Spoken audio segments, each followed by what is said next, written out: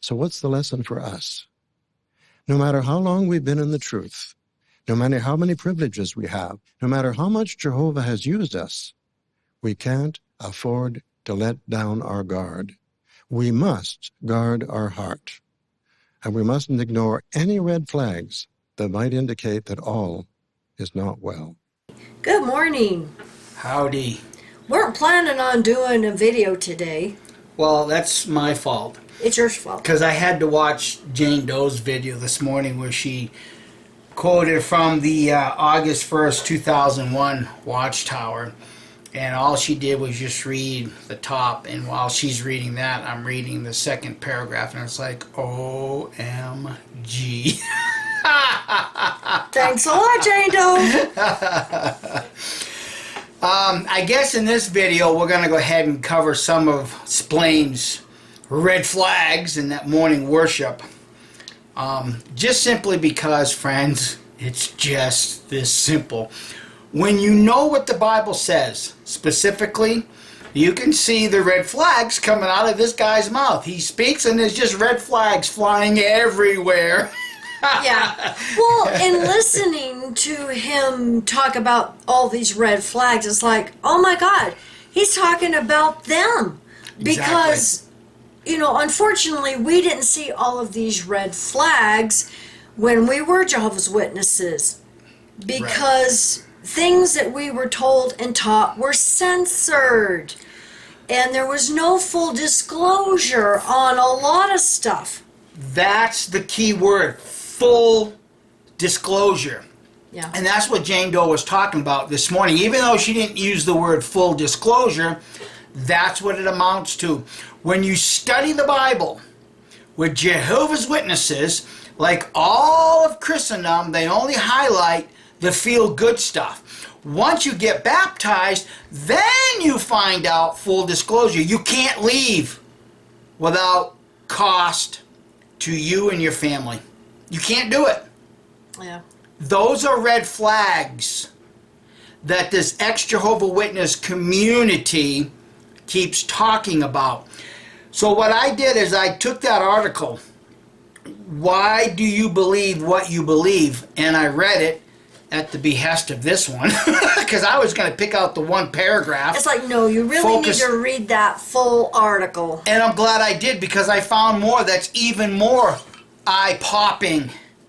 Splain, Tony Morris, bunch of morons.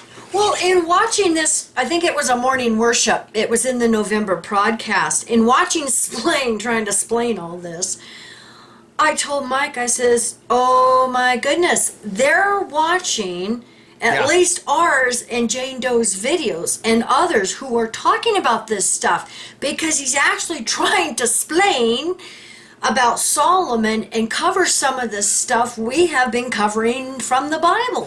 From the Bible, not from insight. Not from insight, David Splain, from the Bible. It's just as simple, friends. All you got to do is pick it up and read it with a view to learn and to comprehend, and it'll come to you just like that. But you have to dismiss the word salad that these and other Christian organizations have been throwing at everybody for eons. Yeah. So, do we want to cover the article first? Yeah, let's do that first, because this is a good one. This is a little gem. So we got the bond volume here, like Mike said. It's the 2001 Watchtower. Okay, this is what caught my attention. Paragraph 2, but I'm going to go ahead and read the first one so you can get a bigger context. Page 4. Yeah, page 4. And like he said, the August 1st, 2001, page 4. Yeah. Now, what Jane Doe covered in hers was just the caption underneath the title. To believe has been defined as to accept as true, genuine, or real. Sort of like certifying an election.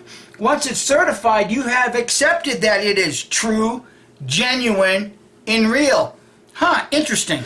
Well, I just want to make a comment about that little, blurb underneath the title, is because the United Nations Universal Declaration of Human Rights enshrines every person's right to freedom of thought, conscience and religion. This right includes the freedom to change his religion or belief if he wants to do so. So Watchtower is NGO members going to the UN crying for their right to freedom and religion and practice what they want, which is fine. That's what all of us should be entitled to. But they don't allow their members to do this. And that's where we have the issue, is because when you leave, they do not give you full disclosure that you will lose all of your JW friends and family. You will be disfellowshipped just for not believing anymore. And that's what we're getting at with they do not give you the full disclosure when you get involved with Jehovah's Witnesses. So, Jonas, if you're listening to this, you might want to grab this article, because I'm going to read another paragraph in conjunction with all of this. I'm going to avoid the white noise Watchtower, and I'm going to read what's pertinent. And some of you friends might just be able to use this in a court of law, because they're a corporation, as I mentioned in the previous video. This is their corporate doctrines. This is corporate law we're talking about now. Okay, I'm going to read paragraphs 1 and 2, and then I'm going to, in part of paragraph 3, and then I'm going to skip over to another paragraph. Why, though, would anyone want to change his religion or belief? I have my own beliefs, and I am happy with them, is the commonly expressed view. Many feel that even mistaken beliefs can cause little harm to anyone.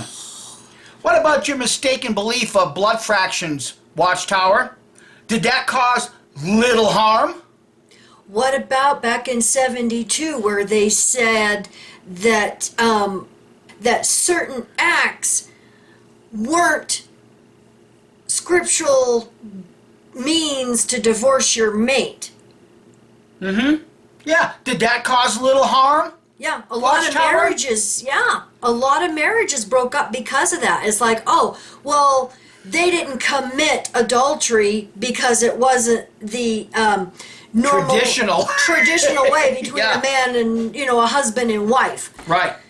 Did that cause little harm, Watchtower? How many people have died, like Mike said, because of the blood transfusion? How many have committed suicide because they lose everything? Friends, family, their foundations. They lose everything. Ugh. Okay, I'll go on. Someone who believes that the earth is flat, for example, is not likely to hurt himself or anyone else. We should just agree to differ, some say.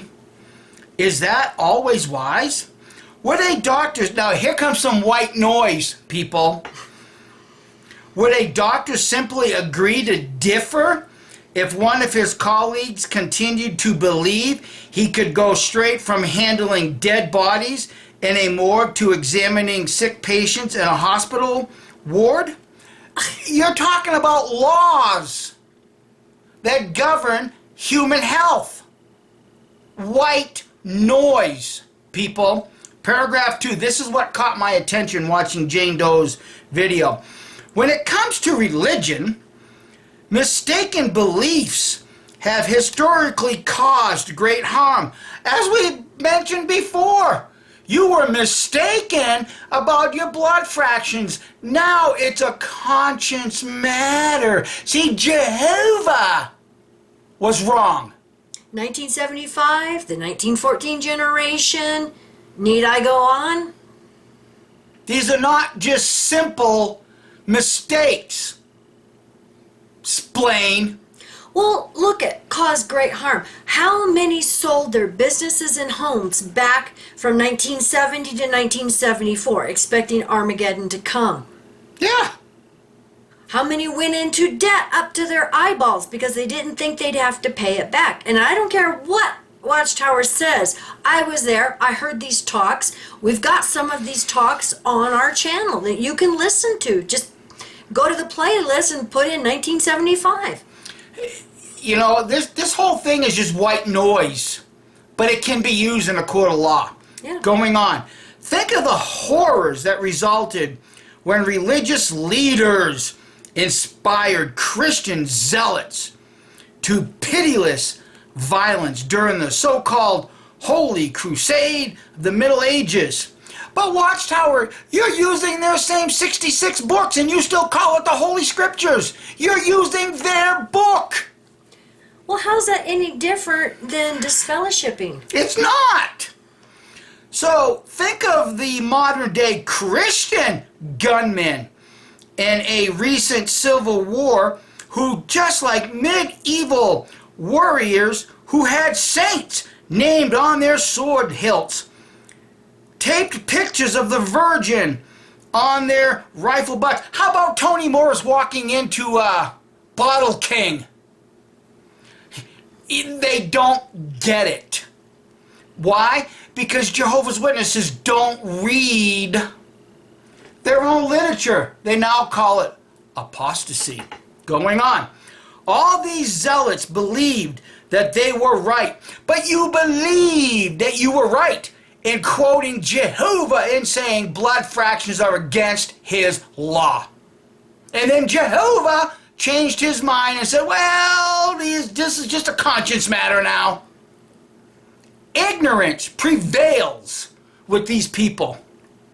Yet, obviously, in these and other religious struggles and fights, something was terribly wrong. Red flags. Red flags, exactly. Okay, I'm going to read the first sentence in the next paragraph, which is paragraph 3, and then I'll skip over. Why is there so much confusion and conflict? The Bible's answer is that Satan, the devil, is misleading the entire inhabited earth. What about you misleading all those people putting their children to death over bullshit blood policy or fraction policy? You did that, Watchtower. Not Satan. You did that. They'll never learn. I have many things to say, but it's not for you to learn right now. Thank you. Infinite light. You get it, sweetheart. You get it. So do many, many, many of us. We just all communicate it in different forms. That's all we're doing. We're communicating the same thing, only some of us will do it a little more boldly, others will do it a little more peacefully. Either way, the message is the same. Okay, going on to page 5 under the heading, influenced by the media? Before you even read that, it's like Watchtower uses the media to their advantage, trying to censor their history and things they've done. Oh, but they don't want Jehovah's Witnesses to believe it, when it's negative things about them. It's like you can't have your cake and eat it too. They think they can. Well, they're the guardians of doctrine. They're the guardians. Yeah, exactly. We are God. They can say and do whatever they want. Just like King Solomon. Going on. Okay, influenced by the media? Maybe the media have greatly influenced your beliefs. Yeah, just look at the 2020 election. Most people are glad that there is freedom of speech in the media. Giving them access to information that can be useful. What about Jonas and you going to the media and telling them that Jonas was a liar? Oh my, how the tables have turned. Haven't they explained? Yeah. God almighty. Going on. However, there are powerful forces, Watchtower, powerful forces that can and frequently do manipulate the media. You, Watchtower. What is often presented as biased information that can insidiously affect your thinking. Yeah. So could it affect the thinking of government officials, you liars. In addition to appeal to or to attract a larger audience, the media tend to give publicly to what is sensational and unconventional. What could hardly be said or printed for public consumption just a few years ago has become commonplace today. Slowly but sure. Now remember, this was written in 2001. I wonder who Watchtower was sitting in bed during that time frame that they wrote this article, knowing what was going to happen in the future. The United Nations? Well, of course. Yeah, of course. They were sitting on top of that wild beast. Going on.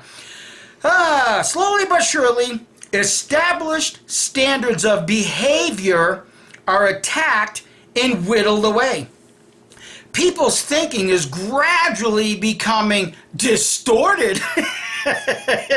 They begin to believe what is good is bad and bad is good. Watchtower, if you had this much insight way back then, how come the name Elon Musk never came up? Okay, so the video we did yesterday, we were talking about how they're crying about being persecuted in Norway.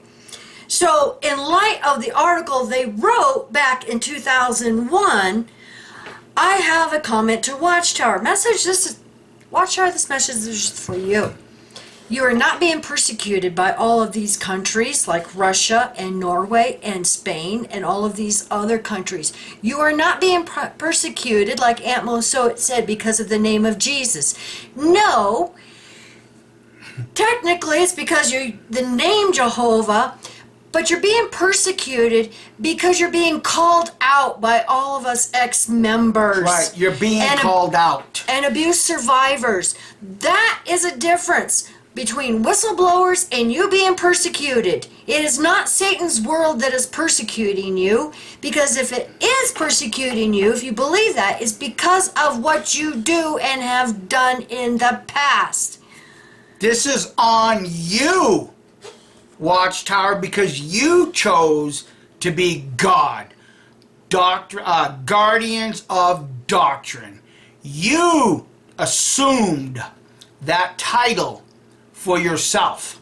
You did that. Not Satan. You did that. Yeah. So, do we want to cover a few things that Splain is trying to explain?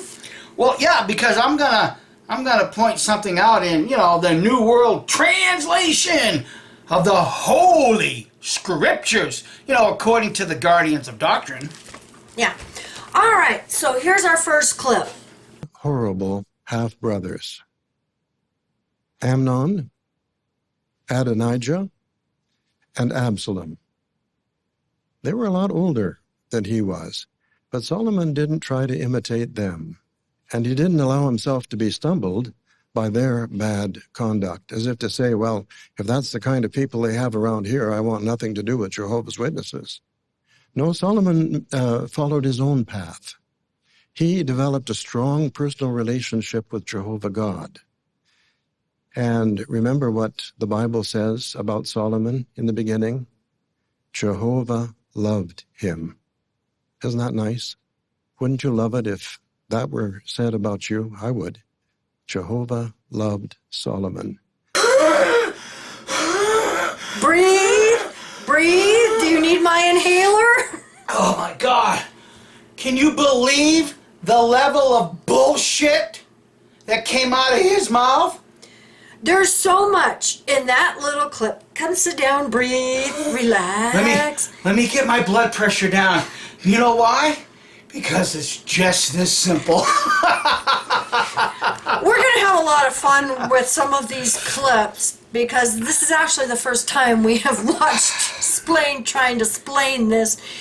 And it's like, oh my goodness. And this is when I told Mike, I said, they're watching ours and Jane Doe's videos. Yeah. Because we've been covering so much about Solomon and David, and especially Jane Doe. I mean, she has done a tremendous amount of videos. Well, it's like every time I call her up, it's like, you did it to me again. Every time she puts out a video, things just come just like that.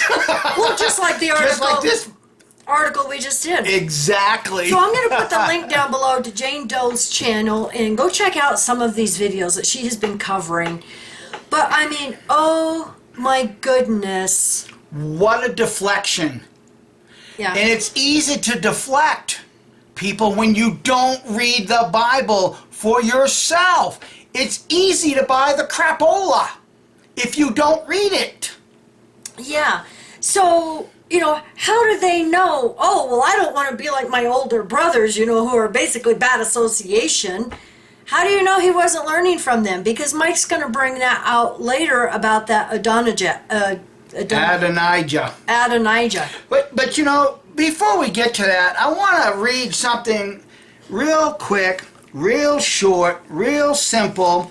And I want you guys to think about the connection to a certain little other son of God. Because of who Solomon married, he became the son of God in that context. He married Pharaoh's daughter. And Pharaoh in those days was considered God, a God. So Solomon became a son of God. Go to 1 Kings chapter 4, and we'll start with verse 7. And see if you can't catch for yourself a repeating motif. Okay? So Solomon, being the son of God, because he married Pharaoh's daughter, 1 Kings 4, verse 7. And Solomon had 12 deputies over all. What the hell's the difference between the word deputies and disciples? Or apostles? It's the same motif, people. It just keeps repeating itself and repeating itself and repeating itself until you learn to get rid of the bullshit of these religious entities and start thinking for yourself. Open up that pineal gland and let it do you some good. Then you'll be able to make statements like this and or statements like Infinite Light has been making. See, we have many, many more things that we wish to convey, but you're just not ready for it yet. Or at least the majority are. Well, at least the majority, yes. I need to keep doing it because I recognize that by far and large, Kim and I's subscribers are getting it, and most of them have gotten it. Most of them have gotten it. Yeah. All right, so are we ready for another clip? Okay, breathe.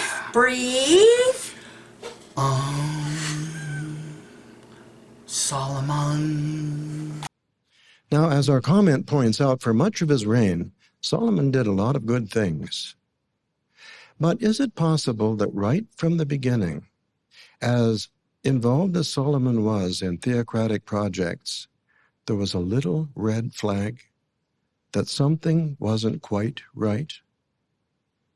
It's possible. Now, as our comment points out, when Solomon became king, he was a young man, but he was a young married man. In fact, when he became king, Solomon had probably been married for a couple of years already. He had a little boy. He was a daddy. He had a little boy, 1 year old, Rehoboam. But who was his wife? Probably his first wife. She was an Ammonitess. Ammonitis. What do we remember about Ammonitis? Oh, yes, Deuteronomy chapter 23 and verse 3. Now remember, when Solomon gets married, King David is still alive. David is probably at the wedding. Now here's what Deuteronomy 23:3 says. No Ammonite or Moabite may come into the congregation of Jehovah. Even to the 10th generation, none of their descendants may ever come into the congregation of Jehovah. What part of never did Solomon not understand? And so, could that mean that even before he became king, Solomon had a casual view of Jehovah's laws on marriage? It's possible. Well, why do we say possible? Well, without being dogmatic, insight says that there may have been exceptions for foreign women like Ruth, the Moabitess. But insight also says that Solomon's Ammonite wife possibly contributed to his apostasy. In any event, why was the first wife a foreign woman and an Adonijah to boot? Now, if Solomon had married a nice Jewish girl, just one, and rejoiced with the wife of his youth, don't you think that the history of Israel would have been much different? I think it would have been. Ay. First of all, there's nothing in the Bible that says who his first wife was. Was it the Pharaoh's daughter? Was it the Amorites? Or were they the same woman? We don't know. Well, I find it very interesting is that instead of going to the account in 1 Kings, he deflects to Deuteronomy. Now, I find it interesting that those scriptures that he reads in Deuteronomy says nothing about having an Egyptian come into Jehovah's house. There was no mandate against that. Splain. Why don't you people just read the Bible and instead of putting, well, we don't know, it could have, in the inside. All they do is deflect and use a word salad instead of reading the book itself. So let's go to the book itself. Well, a lot of white noise trying to distract from what you're trying to focus on. Yeah, because there was no mandate in Deuteronomy for an Egyptian being in Jehovah's congregation. So there was no law against him marrying at least the Egyptian. Okay? 1 Kings chapter 3, done this before. Jane Doe's done it too. This is getting... 1 Kings 3:1.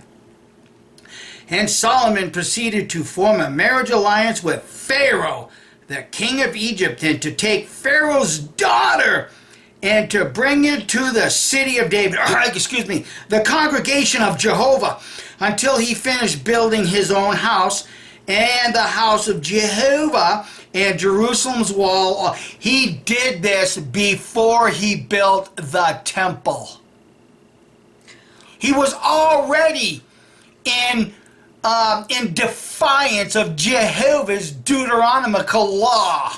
Well, like Splain said, was there evidence of red flags from the very beginning? Well, obviously, yes, there was.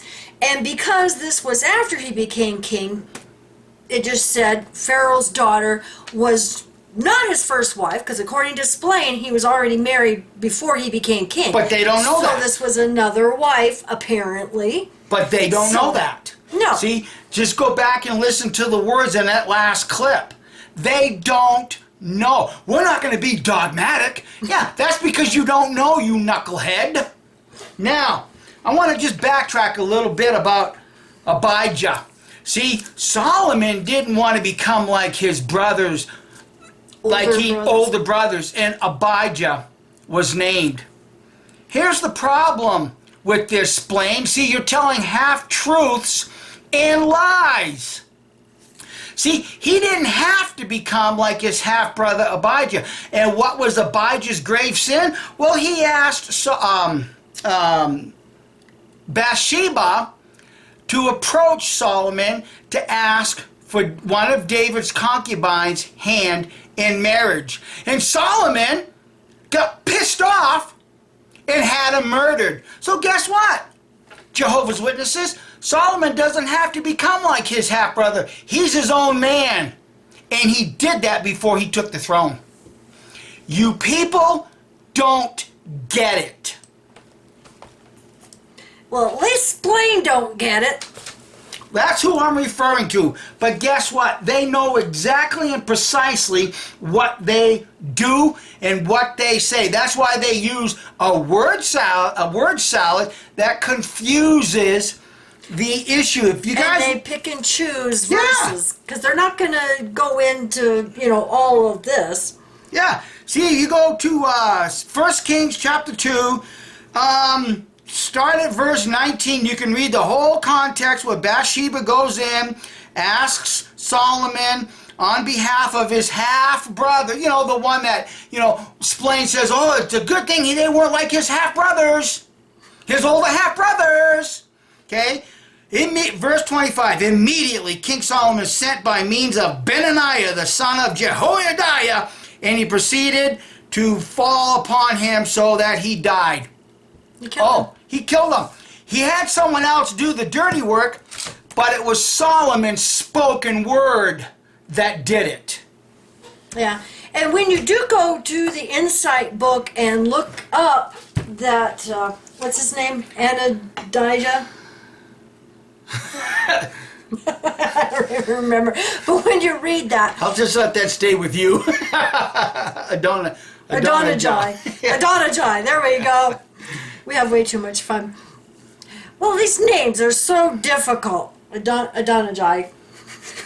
Whatever. Well, that's what makes the New Testament better, because now you have Jesus, Matthew, Mark, Luke, John, Peter, Paul. You have all easy names to remember. Oh, is that done by design? I like to think so. Yeah. Well, if you go to the Insight book, like I said, Volume 1, and look up this dude and read that, it's really interesting, because Adonijah was already declaring himself king. I know, I got it wrong again. He was David's fourth son, and so because they had already died, the others, he felt he was going to be next king. And it's interesting because Splain mentions Absalom and his wicked, step-brothers that Solomon wants nothing to do with them. Well, according to the Insight book, Absalom was dead. Yeah. So he was already dead. I mean, this, at some point, friends, I'm just going to throw up my hands and say the hell with it, because it's just this simple. All you got to do is read. Open your pineal gland, take it in, and sort it out. No, because we have way too much fun doing this. You mean we'd lose all our fun mocking this? Yeah. Well, okay, maybe I won't throw up my hands like right now, because this is way too fun busting these guys' chops. Yeah. Very entertaining taking these clips. And speaking of clips, we have another one. And I'll try to prevent him from banging his head against the wall. But let's take a moment to think about the women Solomon did marry. Pagan women. Now, you may have relatives who are not in the truth. You love your relatives and you go visit from time to time. But how long is it before you run out of things to talk about? Because we just don't have the most important thing in common, the truth. So we have to ask, why was Solomon so comfortable with these pagan women? What did he talk about? Well, you can be sure he wasn't studying the Watchtower with them. But what was he doing? What was the attraction to these foreign women? Was it their humility, their modest dress, their chaste conduct, their quiet and mild spirit? Or was it mainly the physical? Let's be blunt. Solomon was attracted to the wrong kind of woman. And there may have been early warning signs.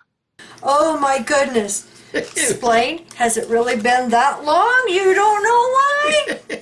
Well, if anybody's confused on this issue about why you got to go to multiple women in foreign lands, just go ask Lloyd Evans. He'll tell you what it's all about. Yeah, instead of staying with the wife of your youth, you got to go and check out foreign women. Yeah, it's just a human concept. It's got nothing to do with you having the true religion or having nothing to talk about, because here's the dichotomy. Splain, you can go to to your family members who are not Jehovah's Witnesses, who have not studied the Watchtower, but they've been on YouTube and they've seen videos such as this. And when your family members who are not Jehovah's begin to ask you about your flip-flop doctrines or about why 1914 failed, your Jehovah Witness family's going to run like hell out of that house. Yeah. What a load of white noise, Splain. Is this the best you've got as guardians of doctrines? To put this white noise out there to make everybody think that Solomon's wife didn't study the Watchtower? God almighty! Yeah. And for those of you who send me messages saying, tell Mikey to turn his volume down, he's so loud and angry, this is his normal tone. Even when he's not in front of the camera, this is his normal volume and tone. So it's not that he's angry and upset. So you don't have to send me emails and comments saying tell Mikey to tone it down, because this is his normal volume. It's just this simple. It's easy to walk through this white noise, because that's all it is. Nobody in their wildest dreams would ever put Solomon in the same sentence with studying the Watchtower, but these monkeys' asses would. Well, just like at the first clip where it says, oh, well, I don't want anything to do with these Jehovah's Witnesses. What makes you think David's family were Jehovah's Witnesses? Oh, for the same reason you think Abel was the first Jehovah Witness. It's... What a load of garbage that comes out of these men's mouth.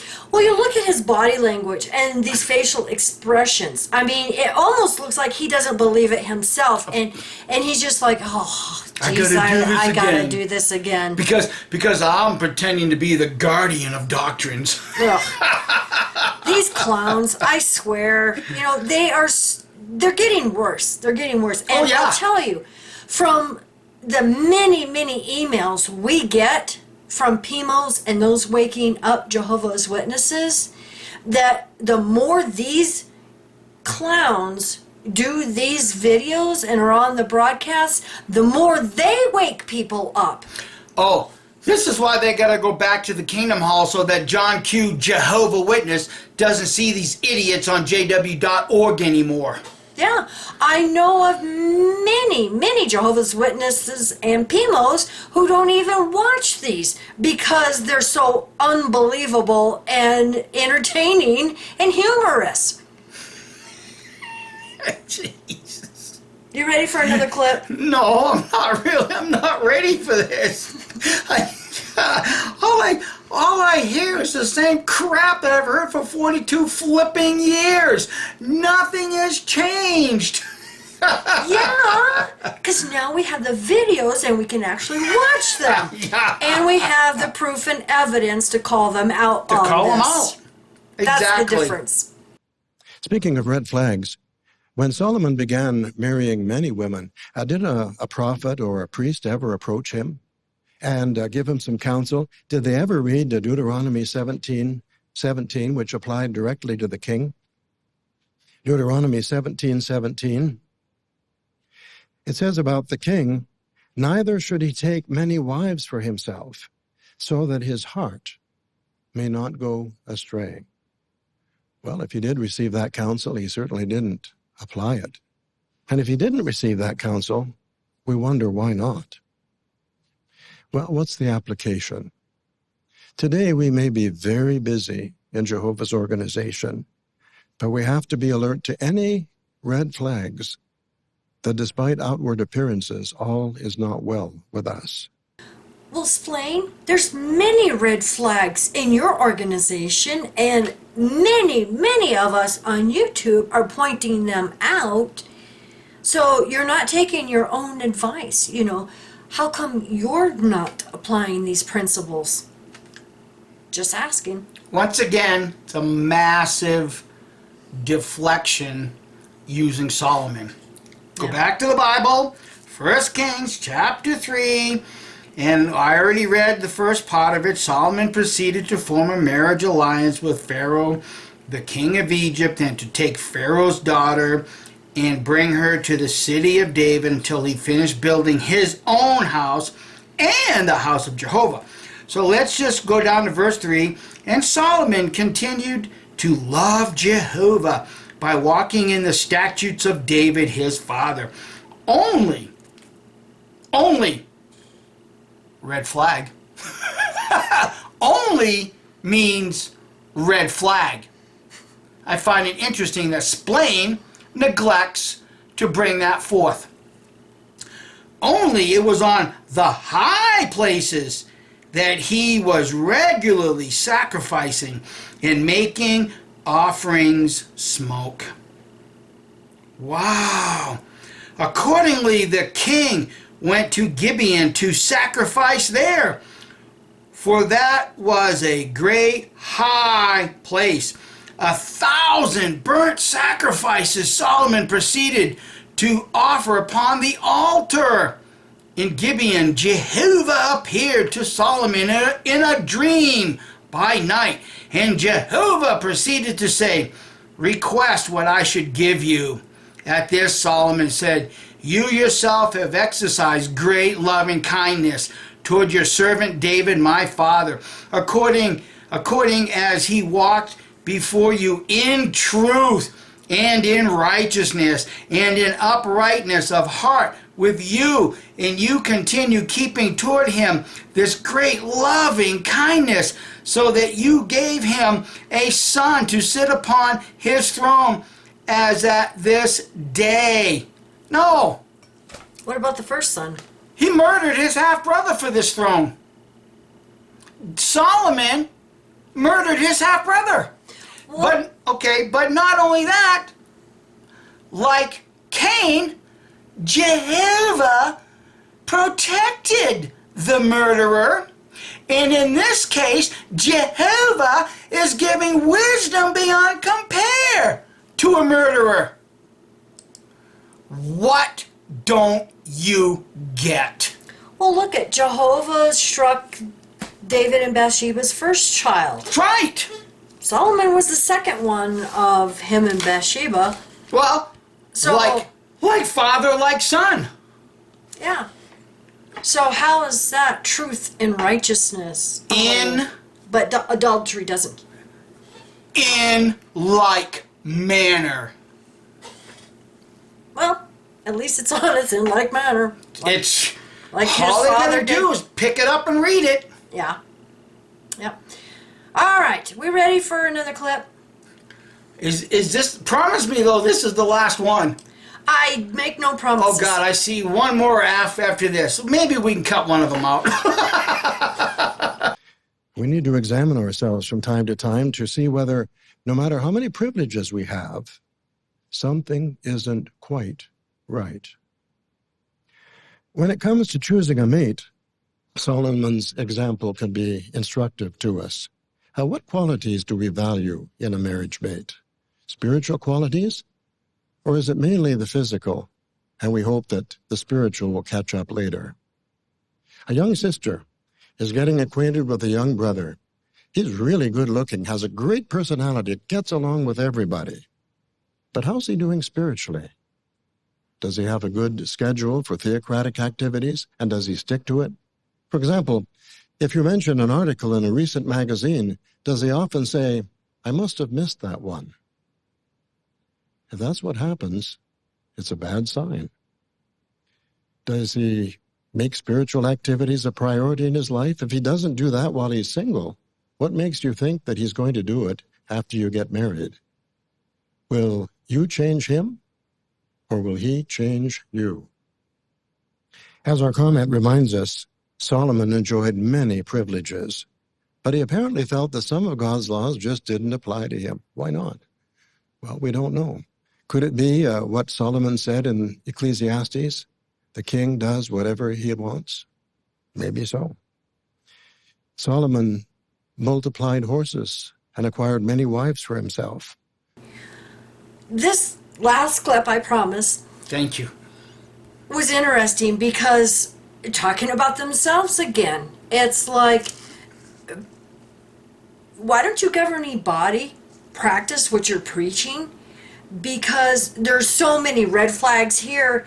And I've had elders tell me, oh, I haven't read that article. Yeah, well, Elders won't even read them. out in service, in a car group with elders, we would, make comments out of the recent Awake or recent Watchtower, and it's like, well, where did you get that? In the Watchtower? Well, I must have missed that one. Yeah. Like I've said 100 times over the past 10, 12 years, they don't even remember what they've written in their own bound volumes, their own Watchtowers, own Awakes. Otherwise, they would recognize how much they contradict themselves now. Yeah.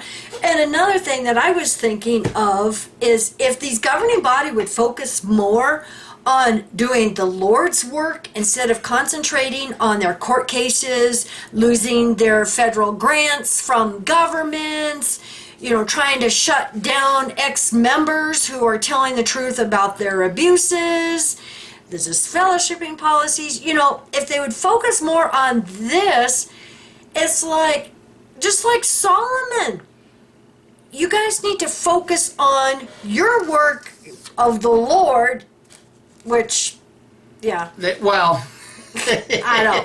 I'm trying to be nice. Instead of doing all of these other distractions. Building all these new kingdom halls you allegedly need, all these new branches you allegedly need, all this other stuff, and you don't help John Q. Public. Well, Joe 4747 I was just going to mention did a great video, and we'll put the link down below to that because Jehovah's Witness yes man. Yes. He does a parody when he's on the phone, and everything that he says, even in that parody, is 100%. 100% spot on. Yeah. We all get it, friends. Watchtower. We all get it to the point to where we can even mock you in a parody because we know you all too well. Yeah, exactly. So that was all of the clips. You survived through splains. I almost had a heart attack there, though, a little bit ago. Yeah, but the point that, we hope you get from this is they're talking about red flags and brothers and sisters' behavior and, oh, Solomon, was there a red flag from the beginning? Well, if there is one little red flag in Jehovah's Witness, in the Watchtower organization, then you should leave. Shouldn't you be taking their advice? Take their advice. But you don't. If there's one little red flag, and if anyone watching this is interested in them, and we're going to start a Bible study or something like that, just know that you do not get full disclosure before you join this organization. Right. They will not tell you. And if you start asking questions about shunning ex-members, you will get something like, oh, well, those that have left us, they didn't want anything to do with us. No. It's because we see the red flags. Yeah, and you will not get full disclosure. They will not tell you when you are studying, oh, well, your family are going to give you problems for studying with us. They will tell you your family's going to give you problems if you study with us. And Jesus said this would happen, that he came to divide these families. So this is what's happening. For the same reason, this is why they say we are being persecuted because of the name Jesus. No, you're not. No. You're being called out. And whistleblowers are speaking out against your abuses. Well, just and violating our human rights. Just think about the illustration of the faithful and discreet slave. Who really is the faithful and discreet slave? Now, if that slave ever goes to beating his fellow slave, that's what you guys are doing, Watchtower. You're actually fulfilling that part of the prophecy or that part of the saying. However you want to encapsulate it, you guys are fulfilling it. So that makes you the evil slave. That makes you the evil slave, and just like I read, you're manipulating the media. Sound familiar, friends? Well, look at how many articles they've had taken down when they go to the editors of these news media. And these editors cave and end up apologizing to Watchtower. It happened in Australia. You know, we were mentioned in an article in Australia. And what did Watchtower do? Oh, well, this isn't true. The journalist contacted me, and I said it is true, and gave them proof. But what did the editor do? The journalist said the editor caved and apologized to Watchtower and did a retraction. See, this is what happens all over the world. This is why they need their PR department at each one of the branches. Because they send their little minions out and try to shut down any negative press against them. We have seen it happen over and over and over. It's not sad. difficult. Yeah, it's really sad. It's really sad and upsetting that they try to shut down the truth. Yeah, but it's not just in the religious realm, it's also in the political realm too. Social media, all of them. This is a losing battle for people that speak truth. Now, if you haven't seen it, go and listen to Infinite Light's latest video, because she says it plainly. There's only one or two options that's going on right here. Either it ends peacefully or it ends ugly. It's up to all of us. It's up to us to try to resolve this nonsense peacefully. Unfortunately, they got more money than God. Oh, no, wait a minute. They are God, guardians of doctrine. And these Jehovah's Witnesses, they just keep letting it steamroll in, steamroll in, steamroll in. They're going to take your money, invest it in hedge funds. They're going to take all of these things that are being willed to them and turn it into cash. And then they're going to build an empire based on biblical bullshit. Yeah. Yeah. Well, there was actually a little clip that I didn't force him to watch, but it talks about, he's talking about, Splain is talking about Solomon and how it got to the point to where he had more money going out than coming in. Oh my God, that's the same thing Let said, that they had more money going out than coming in. Back in May 2015, I believe, is when Let said that. So Watchtower is guilty of what they're accusing Solomon of doing. And I started listening to the leaked Liberian shepherding visit special day video, and oh my goodness, wait till you guys hear about all the building that they're bragging about doing in these countries. Don't let me listen to it, because that'll probably give me an aneurysm. I might have to do it myself, because it's already going to be long because of the clips that are in there. But it's like, oh my goodness, I've got statistics, I've got numbers, and they are feeding the Jehovah's Witnesses in these countries pure, unadulterated cow manure. And here's the Jehovah's Witnesses. Yay, yay. Yay, we're getting all these blessings from Jehovah. Like I said, they're only in love with the ideology. Like all of Christendom. It's an ideology. Yeah, so I am working on that one, and hopefully I can get that one done this week. So good luck. I know, it's just so busy, and you know, we're gonna have to do a supply run to the city this week, so it's like too much to do and just not enough time to do it. So thank you everyone so much for watching, and we hope you have a wonderful week. Adios for now. We love you. Bye.